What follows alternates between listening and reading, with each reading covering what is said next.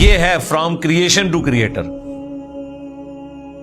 کائنات سے خالق کائنات کا سفر۔ سب سے پہلے اللہ تعالیٰ نے اپنی قدرت کا جو سب سے بڑا شاہکار ہے مخلوقات میں انسان، اس کا ذکر کیا ہے۔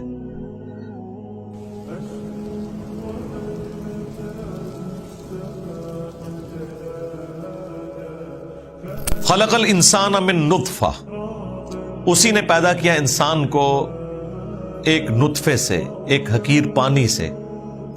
فَإِذَا هُوَ خَصِيمٌ مُبِينٌ، پس اب وہ اتنا کھلا جھگڑا کرنے والا ہو گیا، یعنی وہ اپنی اصل کے اوپر غور کرے کہ وہ کچھ بھی نہیں تھا، پانی کے ایک قطرے سے اللہ تعالیٰ نے اسے پیدا کیا، اور اب وہ اتنا جھگڑالو ہو گیا کہ اپنے خالق کے بارے میں جھگڑتا ہے لوگوں سے۔ وہ لوگ جو اسے بتاتے ہیں کہ تجھے کسی نے پیدا کیا، تجھے مر کے اپنے رب کے حضور پیش ہونا ہے، اپنا قبلہ درست کر لے، تو وہ آگے سے چیما گوئیاں کرتا ہے۔ وَالْأَنْعَامَ خَلَقَهَا، اور چوپائے جانور بھی، ان کو بھی اسی نے پیدا کیا۔ لَكُمْ فِيهَا دِفْءٌ، ان میں تمہارے لیے گرم لباس کا اہتمام موجود ہے، یعنی کھالیں استعمال ہوتی ہیں، ریچھ کی کھال دیکھ لیں، پھر جو بھیڑ ہے اس کے جو بال اوپر سے اتارے جاتے ہیں پھر اگ جاتے ہیں، ان کو بھی گرمائش کے لیے لباس کے طور پہ آج بھی استعمال کیا جاتا ہے۔ بلکہ دنیا میں اس وقت جو چمڑے کی صنعت ہے وہ مسلمانوں کی وجہ سے زیادہ تر چل رہی ہے۔ صرف عید قربان کے اوپر اتنے جانور قربان ہوتے ہیں، ان کی کھال اترتی ہے، تو وہ کھال سے کیا بنتا ہے؟ لیدر کی جیکٹس بنتی ہیں۔ لباس میں صرف جیکٹ تو شامل نہیں ہے، جوتیاں بھی ہیں، جوتیاں بھی اسی چمڑے سے بنتی ہیں۔ تو آج بھی یہ لباس استعمال ہو رہا ہے، بلکہ نیچر سے ہی ہر چیز حاصل کی جاتی ہے۔ نیچرل سورسز جن ملکوں کے پاس ہیں وہی ترقی کرتے ہیں، اور جن کے پاس نہیں ہے وہ باقی ملکوں سے لے کر ان میں ویلیو ایڈیشن کر کے ترقی کرتے ہیں، جس طرح یورپ اور امریکہ۔ بیسک نیڈز تو آج بھی وہی ہیں نا۔ یہ تو نہیں کہ یورپ اور امریکہ کے لوگوں نے گندم یا چاول یا آلو کھانا چھوڑ دیے ہیں، وہ کوئی اور چیز کھاتے ہیں، کھاتے تو یہی کچھ ہیں۔ وہ ٹیکنالوجی میں اوپر چلے گئے ہیں، اور ایک آئی فون بیچ کے وہ پورے سال کا راشن آپ سے خرید سکتے ہیں، جو آپ نے اتنی محنت سے اگایا ہوتا ہے۔ وہ ٹیکنالوجی کا کھا رہے ہیں، لیکن کھانا انہوں نے بھی یہی کچھ ہی ہے۔ تو جانوروں میں تمہارے لیے گرم لباس بھی ہے، وَمَنَافِعُ، اور دیگر فائدے بھی ہیں، وَمِنْهَا تَأْكُلُونَ، اور ان کا تم گوشت بھی کھاتے ہو۔ دیگر فائدوں میں کچھ فائدے تو بعد میں اللہ تعالیٰ گنوا بھی دے گا، یعنی جو سامان اٹھا کے جانور جاتے ہیں، آج بھی جاتے ہیں، پھر ان سے دودھ حاصل کیا جاتا ہے، اور پھر گھر میں جانور رکھنا ویسے ہی ایک انسان کے لیے خوشی کا باعث ہوتا ہے۔ انسان جب جانور رکھتا ہے، ان جانوروں کو اون کرتا ہے کہ میں ان کا مالک ہوں، اس کے اندر بھی ایک ٹیسٹ ہے۔ یہ ساری چیزیں اللہ تعالیٰ ساتھ ساتھ بیان فرمائے گا۔ وَلَكُمْ فِيهَا جَمَالٌ، اور تمہارے لیے ان میں زینت بھی تو ہے جانوروں میں۔ حِينَ تُرِيحُونَ وَحِينَ تَسْرَحُونَ، جب تم ان کو شام کو چارہ وغیرہ کھلا کر واپس لے کے آتے ہو، اور جب تم صبح کے وقت یہ سارے ریوڑ لے کر نکلتے ہو، تو کتنا اس میں تمہارے لیے زینت ہے۔ یہ آپ ذرا گاؤں کے لوگوں میں دیکھیں نا، جو اس میں تکبر ان کے اندر آ جاتا ہے۔ تکبر تو نہیں ہونا چاہیے، باقی یہ ہے کہ ایک خوشی تو اللہ نے انٹرنل رکھی ہے۔ ہزاروں بھیڑیں بکریاں لے کے چل رہے ہوتے ہیں، اور آپ شمالی علاقوں میں چلے جائیں، وہاں تو سڑکوں کے اوپر باقاعدہ ہزاروں کی تعداد میں یہ اتنی آرگنائزڈ فارم میں ان کی وہ بھیڑیں اور بکریاں چل رہی ہوتی ہیں۔ اگر آپ ان کی قیمت ذرا کیلکولیٹ کرنا شروع کریں تو وہ کروڑوں روپیہ لے کے چل رہے ہوتے ہیں، لاکھوں میں نہیں، کروڑوں میں۔ ہاتھ میں ایک ڈنڈا ہوتا ہے یا ایک دو کتے رکھے ہوئے حفاظت کے لیے۔ پھر جب وہ گاؤں میں واپس آتے ہیں، اتنا بڑا ریوڑ دیکھ کے ان کی ایک روب ہوتا ہے، اور ان کو بھی فیل ہو رہا ہوتا ہے۔ تو اللہ تعالیٰ فرمایا کہ تم کتنی خوشی محسوس کرتے ہو جب شام کو واپس آتے ہو اتنے بڑے ریوڑ کے ساتھ، اور جب صبح وہ ریوڑ لے کے نکلتے ہو، جہاں جہاں سے گزرتے ہو، تو تمہارے اندر ایک فخر سا تمہیں محسوس ہو رہا ہوتا ہے۔ تو یہ اللہ تعالیٰ نے تمہیں دیا۔ دیکھیں انسان نے تو کچھ نہیں بنایا نا، ایک جوڑا ہوتا ہے، اس میں سے اللہ تعالیٰ بچے دیتا ہے، اور پھر اس طرح ایک سلسلہ شروع ہو جاتا ہے۔ صرف بیج بونے سے درخت نہیں نکلتا، جانوروں سے بھی آگے جانور ملٹی پلائی ہوتے ہیں. انسان نے خود تو نہیں جانور بنائے ہوئے ہیں, اور پھر جو آگے ملٹی پلائی ہوتے ہیں تو یہ اللہ تعالیٰ نے اس لیے ان میں پھر زکوٰۃ بھی رکھی ہوئی ہے, کھیتی میں بھی رکھی ہے, اس میں بھی رکھی ہے, جب ایک خاص تھریش ہولڈ پوائنٹ پہ پہنچ جائیں. کیونکہ ہماری تو کوئی کنٹریبیوشن نہیں سوائے اس کے کہ ہم انہیں چراگاہ تک لے جاتے ہیں. وہ بھی چارہ بھی ان کا زمین سے جو اگ رہا ہے وہ بھی اللہ نے اگایا ہے, اور اکثر جو اس طرح لے کے جا رہے ہوتے ہیں وہ چارہ بھی مفت کا ہی ہوتا ہے, اس میں ان کی کوئی بھی کنٹریبیوشن نہیں ہوتی ہے. اور نیچرلی بارش ہوتی ہے, سبزہ نکل آیا, اور وہ سبزہ لے کے تو پھر فائدہ خود دیکھے. ان پٹ کوئی نہیں ہے اور آؤٹ پٹ ہی آؤٹ پٹ ہے, گوشت کی شکل میں, کھال کی شکل میں, دودھ کی شکل میں.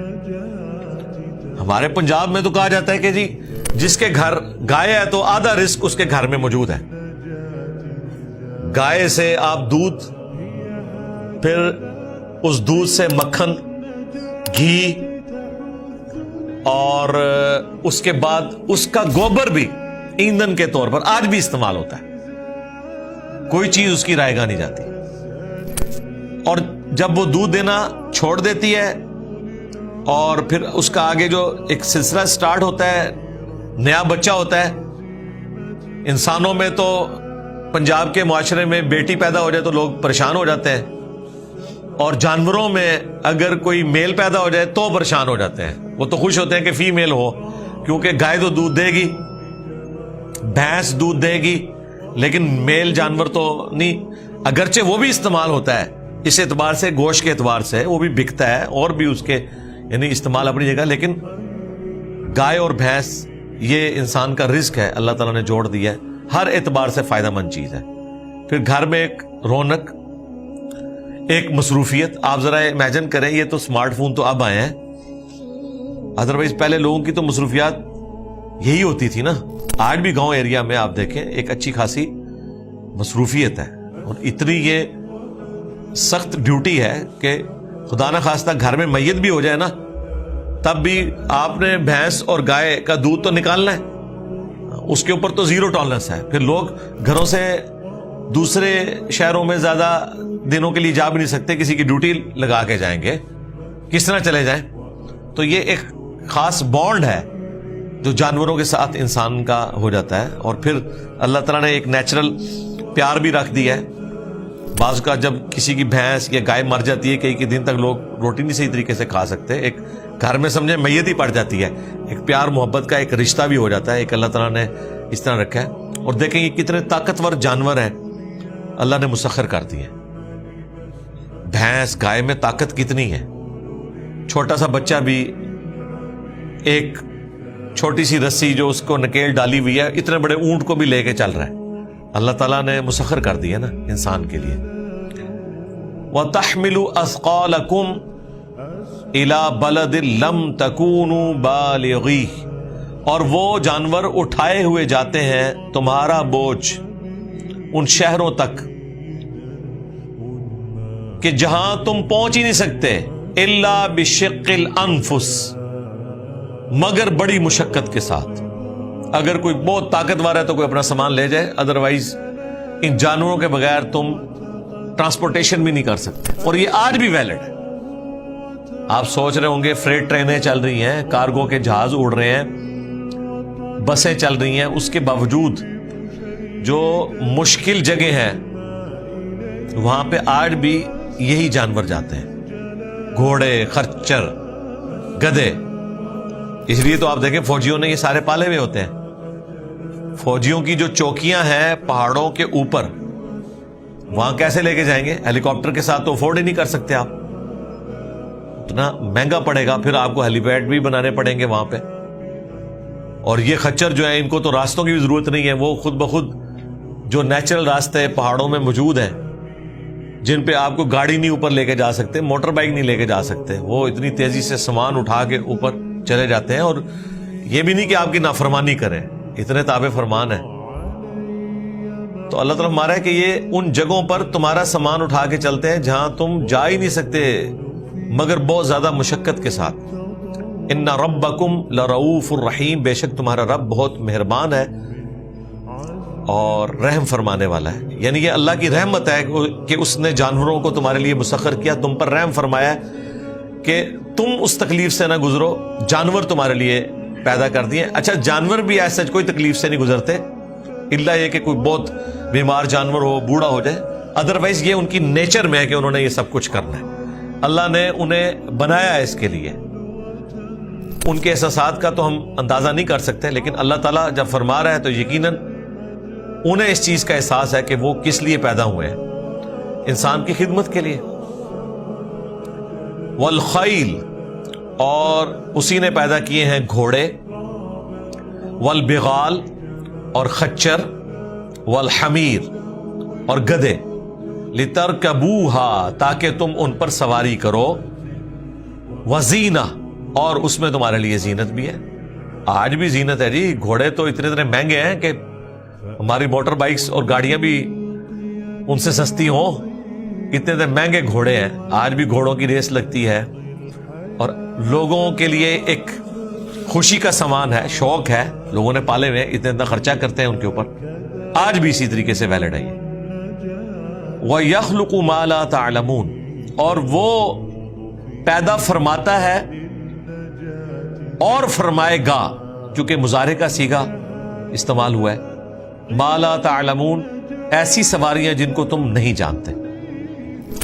اس میں وہ بھی شامل ہیں جو بعد میں چیزیں ہمیں معلوم چلی ہیں، جس طرح سمندروں کے اندر کی مخلوقات ہیں، باقی مخلوقات، پلانٹ ارتھ کے اوپر بھی کئی ایک مخلوقات ہیں جن کے ذریعے ہم نفع حاصل کرتے ہیں. اور خصوصاً سواریوں کا ذکر کیا جائے تو آج ماڈرن دور کے اندر جتنی سواریاں ہیں، بیسیکلی جس فزیکل فینومینا آف نیچر کو یوز کر کے یہ سواریاں بنائی گئی ہیں، خواہ وہ ہوائی جہاز ہوں اڑنے والے، یا بحری جہاز ہوں سمندر میں دریاؤں میں چلنے والے، ان کے لیے انوائرمنٹ اور وہ فزیکل فینومینا وہ تو اللہ تعالیٰ نے پرووائڈ کیا. ہوا اگر ختم ہو جائے تو ہوائی جہاز نیچے گر پڑیں گے. پھر ہوا میں اتنی طاقت ہے کہ وہ ہوائی جہاز کو اٹھا سکتی ہے انجن کے ساتھ. اور جہاں پہ آپ دیکھیں یہ ایئر پاکٹس آتی ہیں جہاں پہ ایئر کی ڈینسٹی آلموسٹ زیرو ہو جاتی ہے، تو وہ ہزاروں فٹ ایک دم جہاز نیچے آ جاتا ہے. کئی جگہ تو جہاز گر بھی گئے ہیں.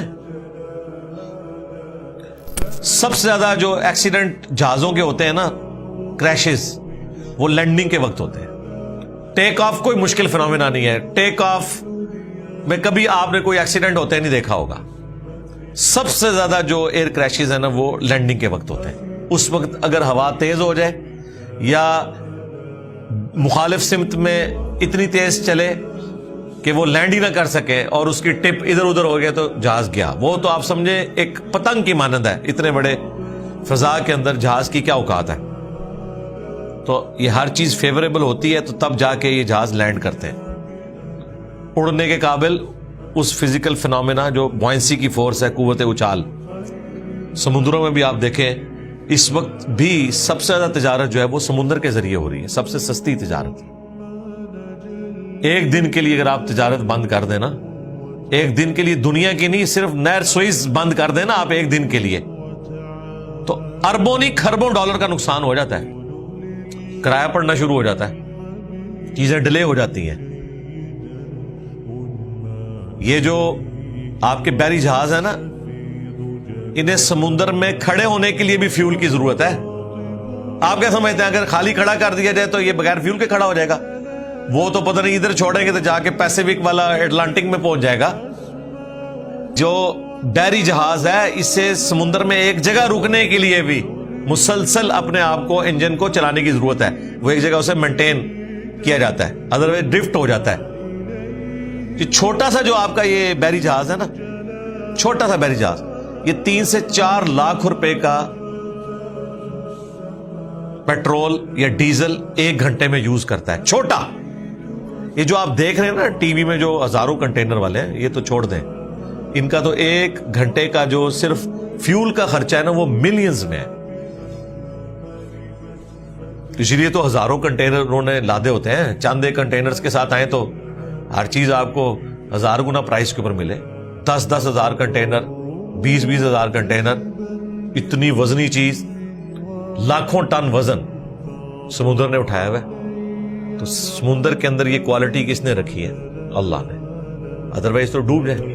اسی لیے اللہ تعالیٰ نے فرمایا کہ اسی کے ہیں جہاز جو سمندروں میں چلتے ہیں، کیونکہ اس نے انوائرمنٹ کو ایسا بنایا کہ یہ چیزیں چل سکیں. پھر سمندر میں جو طوفان آتے ہیں، اگر یہ ہمیشہ ہی آئیں تو بحری جہاز کے ساتھ بھی آپ سفر نہیں کر سکتے. سمندروں میں باقاعدہ راستے بنے ہوئے ہیں. اب تو پوری پریڈکشن ہوتی ہے کہ یہ جو جہاز چلا ہے تو فلاں دن سے فلاں دن تک طوفان آ سکتا ہے، لہذا وہ ڈیلے کر کے چلاتے ہیں. فلاں راستے پہ ہو سکتا ہے. اب تو سمندری باقاعدہ ٹریک بن چکے ہیں. پہلے تو بڑے سمندری طوفانوں میں جہاز غرق ہو جاتے تھے. نہر سوئس جب تک نہیں بنی ہوئی تھی تو پورا وہ افریقہ کراس کر کے امریکہ تک لوگ پہنچتے تھے. اور وہ جو نیچے افریقہ کی ٹپ ہے نا، وہ سب سے خطرناک جگہ تھی. وہاں کئی بحری جہاز ڈوب جاتے تھے، اتنے بڑے بڑے طوفان آتے تھے. تو پھر انہوں نے افریقہ کے اندر سے ایک چھوٹا سا راستہ رکھا ہوا تھا کہ ایک طرف بحری جہاز جو ہے وہ ان لوڈ ہوتا تھا، دوسری طرف جہاز کھڑا ہوتا تھا. زمینی سفر سے پھر وہاں جا کے اس کو دوبارہ لوڈ کرتے تھے اور پھر ادھر لے کے جاتے تھے. بہرحال سمندر کا جو سفر ہے یا دریاؤں کا جو سفر ہے، یہ بہت بڑی نعمت ہے. آپ کو کوئی سڑک بنانے کی ضرورت نہیں ہے، اونچا نیچا نہیں ہے، اس لیے یہ سفر اختیار کیا جاتا ہے. سب سے آسان سفر ہے. خرچہ بھی زمینی سفر سے کم ہوتا ہے، کیونکہ زمینی سفر میں آپ کو راستے سے جب گزرنا پڑے گا تو اس طرح کی روڈ آپ کہاں سے لائیں گے جو 10 یا 20,000 ٹن وزن اٹھا سکے، لاکھوں ٹن نہیں. یہاں تو ایک بڑا ٹریلا گزر جائے تو سڑک بیٹھ جاتی ہے. یہ ہوائی جہاز جس رن وے کے اوپر بھاگتے ہیں وہ عام رن وے نہیں ہوتا، وہ مضبوط اس اعتبار سے ڈیزائن کیا ہوتا ہے. رہ گئے بحری جہاز، وہ تو دنیا کی کسی سڑک پہ آپ بحری جہاز کے نیچے ٹائر لگا کے چلا ہی نہیں سکتے، ان کا وزن ہی اتنا ہے. کوئی دنیا کی نہ کوئی کنکریٹ اس کا وزن اٹھا سکتی ہے. دیکھیں، اور پانی بظاہر دیکھنے میں کچھ بھی نہیں ہے، وہ سارا وزن اس کا اٹھاتا ہے. اس کو ڈیزائن کیا جاتا ہے اس اعتبار سے جو اللہ تعالیٰ نے انسان کو سجھایا ہے. حضرت ارشمیدس کو سجھا دیا تھا اللہ تعالیٰ نے، ارشمیدس پرنسپل. تو یہ اللہ تعالیٰ نے مسخر کر دی ہر چیز انسان کے لیے. تو اللہ تعالیٰ ہمارا ایسی مخلوقات اللہ نے پیدا فرمائی ہیں جنہیں تم جانتے ہو، اور ایسی بھی سواریاں جنہیں تم ابھی نہیں جانتے اور مستقبل میں وہ آئیں گی. انسان کو اللہ نے وہ چیزیں سجھا دی ہیں. ٹرین کا سفر آپ دیکھ لیں، اتنی بڑی نعمت ہے.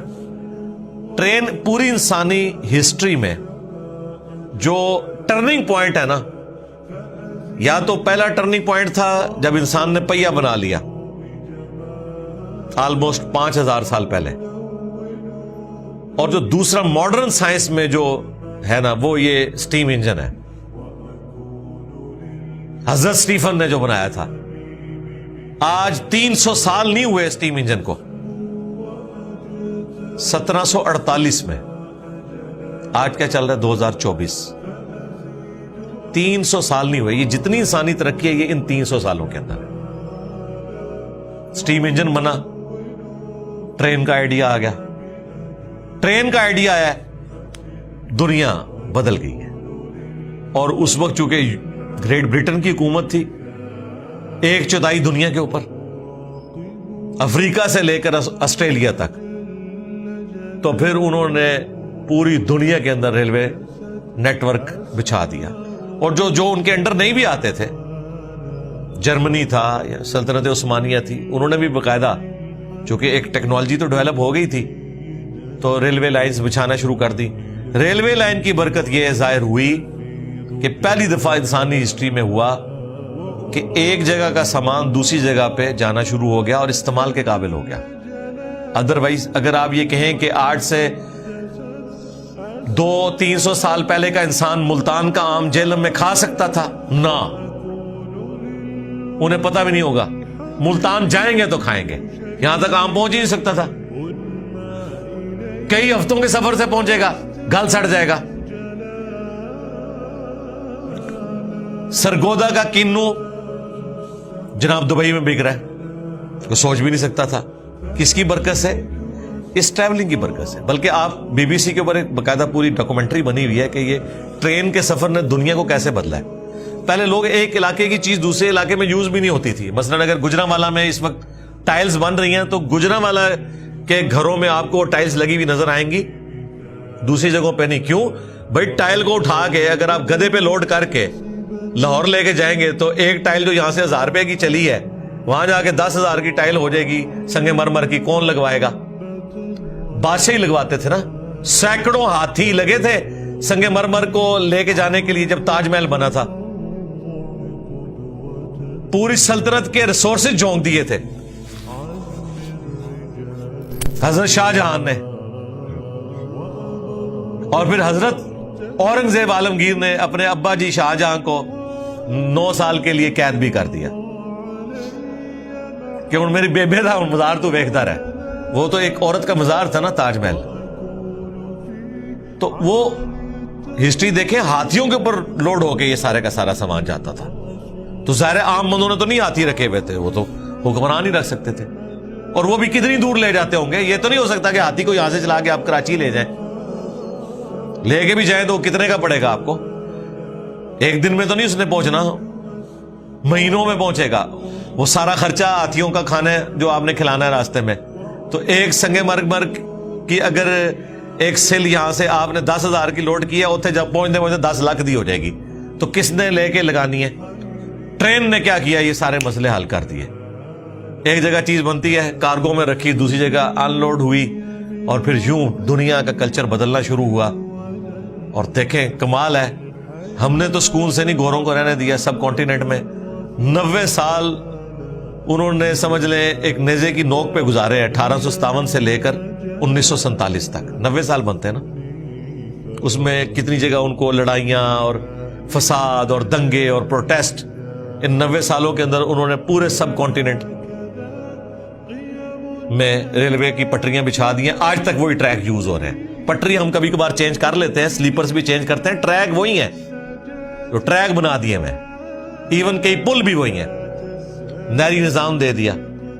آپ اندازہ کریں اتنے سے وقت کے اندر. لوگ کہتے ہیں جی انگریز چلے گئے, اگر انگریز اتنے ہوتے تو پھر ساڈا کیا حال ہوتا؟ جی حال یہ ہوتا کہ آج بلٹ ٹرین پھر رہے ہوتے, ریل کار اتنا ذلیل ہو رہے ہوتے, یہ حال ہوتا. تو یہ ساری کی ساری ترقی اس میں اشارتاً موجود ہے کہ ایسی بھی اللہ تعالیٰ سواریاں پیدا کرے گا جو آج تم نہیں جانتے. اب تو وقت کے ساتھ اب تو یہ ڈرون ٹیکسیاں شروع ہو رہی ہیں بھائی. دبئی میں تو کچھ عرصے کی بات ہے, لوگوں نے اپنے اپنے چھوٹے چھوٹے ڈرون رکھے ہونے ہیں. پہلے یہ تو ہم نے اپنی زندگی میں دیکھا ہے نا. میں 1995-6 کی بات کر رہا ہوں, انجینئر یونیورسٹی میں تھے ہم. تو رات کو 10:30 کے بعد 1/4 ریٹ ہوتا تھا ٹیلی فون کال کا. اس زمانے میں بھی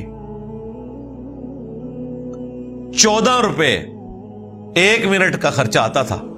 14 روپے میں بات کر رہا ہوں 1995, 30 سال پہلے. آج دے سمجھ لو, اگر حساب لاؤ نا تو راتی 10:30 بجے کے بعد کال کرنے کے لیے ہزاروں روپے آپ کو دینا پڑے 1 منٹ کا. آج بھی 14 روپے منٹ نہیں ہے, روپے تک بات آ گئی ہے. اور میسیجز کو آپ دیکھیں وہ تو پیسوں میں. ٹیکنالوجی کی برکت ہے. اور وہ بھی لینڈ لائن فون ہوتا تھا, لائن میں لگنا پڑتا تھا. پھر بوتھ آئے, پھر موبائل فون شروع ہو گئے تھے 95-6 میں, لیکن وہ امیروں کے پاس. جو اس کا بوم آیا نا وہ آیا جب GSM ٹیکنالوجی پاکستان میں آئی ہے 2001-2 میں. پھر اس کا آہستہ آہستہ شروع ہوا, اور آج موبائل سمجھ لیں سانس کی طرح ضروری ہو گیا ہے. اس کے بغیر تو دنیا کا کوئی کام نہیں ہوگا, اور ہمارا رزق بھی اس کے ساتھ جڑا ہوا ہے. سب کچھ اس کے ساتھ جڑ گیا موبائل کے ساتھ.